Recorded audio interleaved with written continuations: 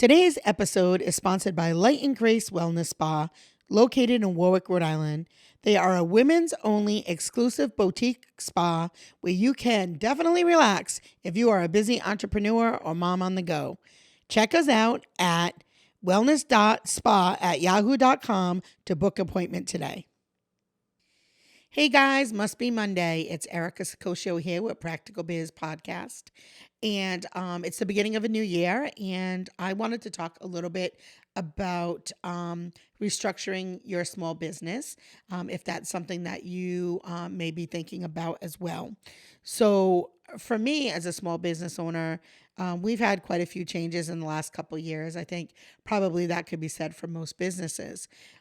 We've had some changes in terms of staffing. We've had some changes in terms of the industry, and we've had just changes in how consumers purchase products and connect with businesses. So we just had we're post pandemic. Recession is on the forefront. And so it had me thinking and reading a little bit about ways that I can position my own company into a place that is going to be strong and healthy. And it may look like we may be in for some restructuring ourselves at our childcare program. So reading the Forbes magazine article, there were 7 top challenges that most businesses are going to have to face this year. Number 1 is inflation. I don't know any business that isn't going to be challenged with inflation this year and providing products and services to their customers at a price point that makes sense and also still makes you a profit. Number 2, supply chain. So luckily for me, I don't produce a product that requires me to bring in raw materials, but I know many of you out there in the listening audience do. Or if you're a restaurant, can you even get eggs? I mean, eggs are $1 million a gallon, a dozen right now. Customer expectations have changed as well. Consumers are looking at different things and expecting different things from your company. And AI. So how does artificial intelligence, interact with your particular company? And if you're in that space, you have to really keep up with technology. The war for talent, well, that's still on, although there's probably going to be a shift in that, but people are still looking for great employees who are smart and talented and can bring new perspectives into the boardroom, if you will. Sustainability, we all have to figure out how to do more with less. We all have to figure out how to have a less impact on our community and the world in terms of resources, which is, playing out everywhere as we see the climate is changing and continues to change. And so what is it that our companies are doing around that? Customers want to know. And then data and security breaches. I mean, how many, places are we hearing about that? I mean, if it can happen to the biggest places in the world and the biggest companies in the world, it certainly can happen to your database as well. So these are like the 7 challenges that we're all going to be facing. And they may be new challenges that are not addressed in your business plan or your current operations or with your current staffing. So what does restructuring even mean? So all it means is really to reorganize differently, to have a plan that's going to strengthen your company, give you a view of achieving greater efficiency, profit, or adapting to a changing market. So before we go any further, if you enjoy this content, please subscribe, hit the subscribe button, especially if you tune in a lot and you haven't hit the subscribe button yet. We'd appreciate it if you do that. So why restructure? So lots of changes, as I just mentioned, 7. The economy is changing. The way that people purchase is changing. Also reallocating your resources. So as we talk about, many companies have had shifts in employees. You want to think about the current people you have in place. Are they in the right positions? You want to think about the money resources that you have right now and your assets and your time. Are there places that they are better spent? Is your time as the owner, CEO, being spent in the right places? Do you have the right managers in the right spot, or do you even need as many managers as you currently have? So I know that I saw I want to say Amazon started laying off people. Most of the places that I see the bigger companies are laying off middle management, which is where it seems to hit the most. Um, look for areas that are underperforming in your business and make the changes as quickly as possible. I think you don't need to wait until you've hemorrhaged money to do a restructure. I don't think that mind altering things in your business have to happen. I think it's extremely important to at least yearly look at any gaps that you have, any weaknesses you have, any opportunities you have, and make adjustments accordingly. I think we get really, caught up in the day-to-day operating of the business that we don't always take a step back and look at how we can make it better. Also, if you do find yourself in a position where maybe you have too much middle management, is there a better place that you can use those talents? Or do you have in house talents that you're not taking the opportunity in using? Look at all of the folks in your business and ask them, like, where do they see there's inefficiencies? And I mean everyone. I mean, in my business, it would be, the bus driver, it would be the janitor, ask them, like, is this route the most efficient? Do we need, 4 vans on the road? Or can we get this van run down to 3? So it's things like that that really help you during, recessions, because one van driver on the road costs me probably $20,000 a year. So if I can reduce the van run from 4 to 3, I've saved 20 grand by doing no extra sales.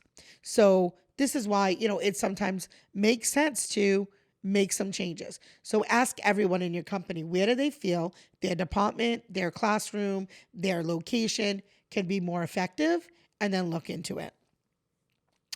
Could you form new partnerships or collaborate with other businesses to maybe share resources? Whether you can purchase things together and get a bulk price that you don't normally get. That would be one way. Or collaborating and doing events together, where you can bring in your customers, they bring in their customers, and you guys network. It has to make sense for both companies, but these are ways that you can be more streamlined. You may be able to sell off some assets if you need to give you a little bit more liquid cash in your bank account, or refinance some of your higher interest loans or credit cards.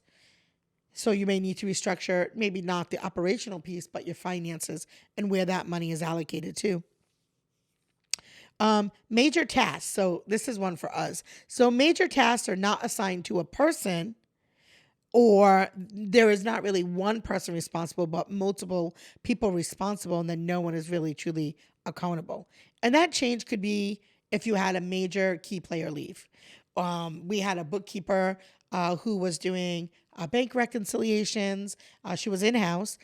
We still have a bookkeeper for the end of the year, but an in-house person. We also just switched our billing system to go to a little bit more of an automated system that's at the control of our consumer, where they're able to pay their tuition online and able to stop their credit cards when they want to, able to change their card when they want to. So that made it more user-friendly for our customer, but it also reduced the need for someone to go in and manually do that. So that also saved us time and money. So restructuring some of our policies, procedures, or operations.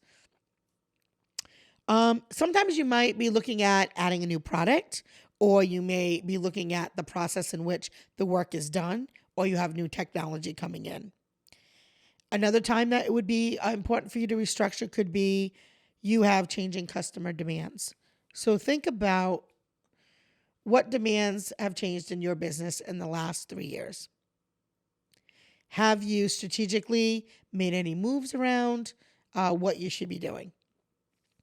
Or also adding key players. Maybe you have a stockpile of money and you're ready to make a move. So it is during this downtime that you can acquire other businesses that are similar to yours, if that's your goal. Like if you have been waiting for an opportunity to grow, this could be your year.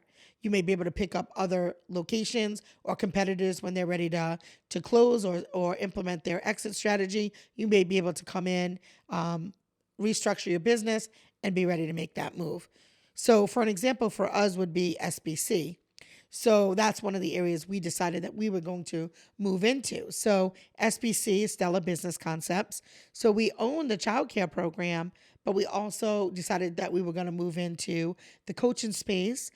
We also help with website design, pretty much anything that an entrepreneur needs, kind of a one-stop shop here with many key players who are experts in their area.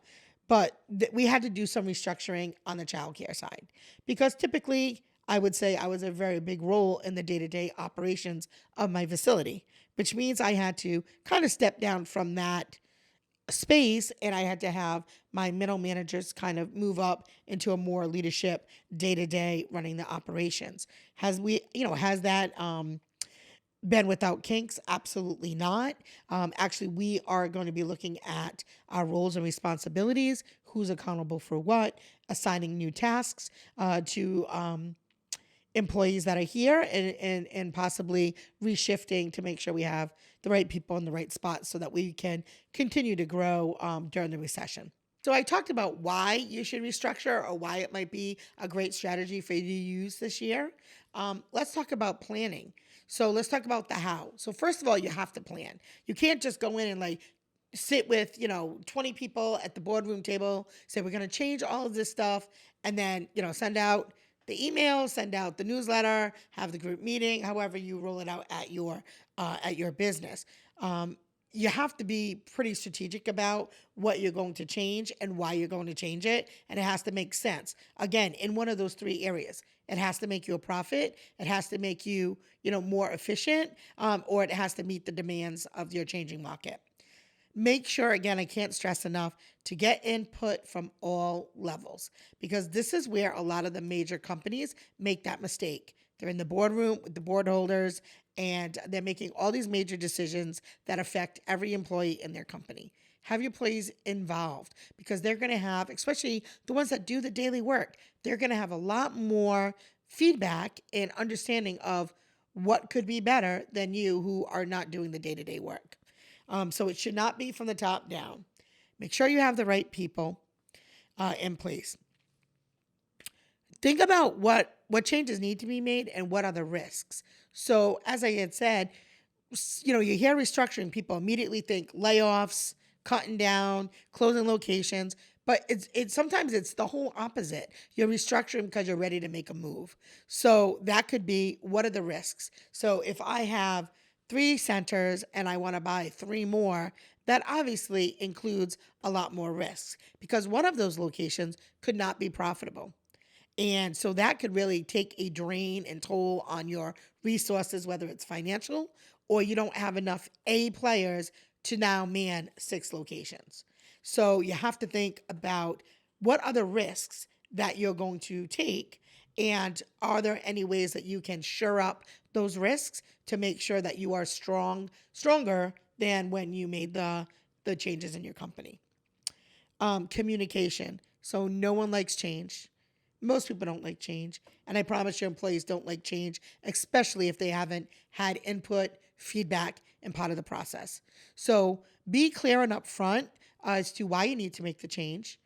Give updates regularly on how the change is going. And you're probably going to have a few areas that where you make a change, you think it's a good idea, and you find that it didn't really pan out the way you wanted to, and that's okay too. Admit when that plan has failed and what can you do to readjust or pivot. Make sure you do cost projections because when you scale up, it costs more money. So make sure that you have counted all of your costs correctly. Make sure that you have factored in all of the additional expenses. And that's why a lot of companies tend, when they say restructure, they start to look at what isn't making money and they go the opposite way. They start to try to pull back their money, pull back their resources. If you're ready to make a move, you're going to do the opposite and you're going to dole out your resources. Just make sure that you're making the right moves. And then think about your illegal aspect as well. If you take on more businesses, what changes do you have to make in your legal structure? And taxes. Does that change you? Because I know if I go from 32 employees to 59 employees, that changes my business. I'm no longer really small business, but a middle-sized business. I also would then have to provide some type of medical coverage for my employees, as opposed to if you're under 50 employees. So you have to think about what other things will happen when you do either a merger or sell-off. So let's wrap it up with, I want you to think about how and where you could be stronger. So what are your SWOTs? What are your strengths? What are your weaknesses? Where are your opportunities, right? You got to make sure that you're as strong as possible as you're going into 2023. And restructuring really could be that missing key that brings you success. So don't hesitate. Don't wait. Don't wait until you need CPR for your business or your business is on life support. You need to be proactive. So here's your top 5 reasons why you need to restructure. Number 1, increase efficiency. Number 2, have better communication. Number 3, new opportunities. Number 4, better use of your talents. And number 5, reduce your costs. So hopefully that's helpful. Hopefully that will help you think. Like I said, it's the beginning of the year. It's certainly where I'm thinking of, what can I do to make my company stronger before we move into 2023 first quarter. So hope that you enjoyed. Let us know in the comments below. Have a good day. Are you a business owner? Are ready to get your startup? Well, start it. Have a burning question you would like us to answer? Want to know more about the services we offer? Or register for upcoming workshops and events? Looking to book a guest speaker? Or would like to be a guest on the Practical Biz podcast? Visit our website at stellarbusinessconcepts.com.